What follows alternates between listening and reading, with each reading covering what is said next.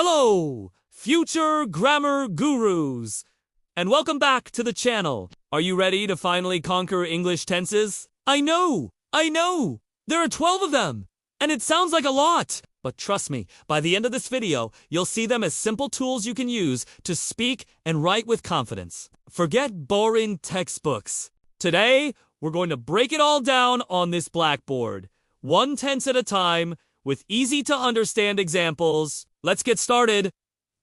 First up, the foundation, the present tenses. Let's begin with the present simple. We use this for habits, facts, and routines.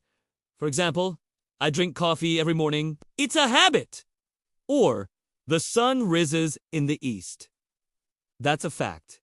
Simple, right? Think of it as the always true or usually true tense. You do it. She does it. We do it. Next, we have the present continuous. This one is all about what's happening right now. The key is the ing form. Look, I am teaching English. You are watching this video. The action is in progress. We form it with am, is, or are, plus the verb ending in. So if someone asks what you're doing, you can say, I am learning tenses. Now for present perfect. This one connects the past to the present. It's for actions that happened at an unspecified time before now, but have relevance to the present. For example, I have visited Paris. When? We don't know. The important thing is the experience I have now. Or, she has finished her homework, which means she is free now. We use have or has plus the past participle. Rounding out the present is the present perfect continuous. This emphasizes the duration of an activity that started in the past and is still continuing. For instance, I have been waiting for an hour. You can feel the waiting, can't you? It started an hour ago, and I'm still here. We form it with have or has been, plus the verb with ing. You have been watching this video for a few minutes. See? You're doing it right now. Alright, let's travel back in time to the past tenses. First, the past, simple. This is for completed actions at a specific time in the past. The key word is finished. For example, I visited Paris last year. We know when it's over. Or, she finished her homework at 9 p.m. Done and dusted. For regular verbs, we just add ed. Next, the past continuous. This describes an action that was in progress at a specific moment in the past. Imagine a scene from a movie. Yesterday at 7 p.m., I was eating dinner. The action of eating was happening at that exact time. We often use it to set the scene for another action, like, I was walking my dog when I saw my friend. The walking was the background action. We use was or were plus the ing verb. Then we have the past perfect. Think of this as the past of the past. It's used to talk about an action that happened before another past action. It helps us show the order of events. For example, by the time I arrived, she had already left. Her leaving happened before my arrival. Two past events, but one came first.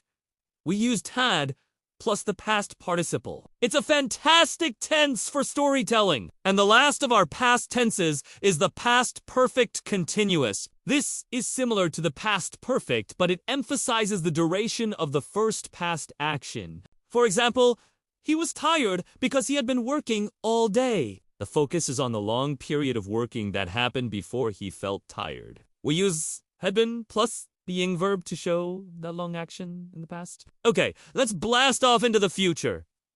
These are easier, I promise. First, the future simple. We use this for predictions, promises, or spontaneous decisions. There are two main ways to form it. With will. I think it will rain tomorrow. That's a prediction. Or, I will help you with your bags. That's an offer made on the spot. The other way is with be, going to, for plans and intentions. I am going to start a new gym routine next month. It's a plan I've already made. Next up, the future continuous. This describes an action that will be in progress at a specific time in the future. Imagine your future self. This time next week, I will be relaxing on a beach. You can almost feel the sand, right? It describes an ongoing action in the future. We use will be plus the ing verb. Don't call me at 9 p.m. I will be watching my favorite show. Almost there. Now, for the future perfect. We use this to say that an action will be completed before a specific point in the future. It's about looking ahead to a finished task. For example, by 2030, I will have graduated from university. The graduation will be a completed action before that future year arrives. We form it with will have plus the past participle. By the time you get here, I will have cooked dinner. And finally, our 12th tense, the future perfect continuous. This one is all about the duration of an action up to a certain point in the future.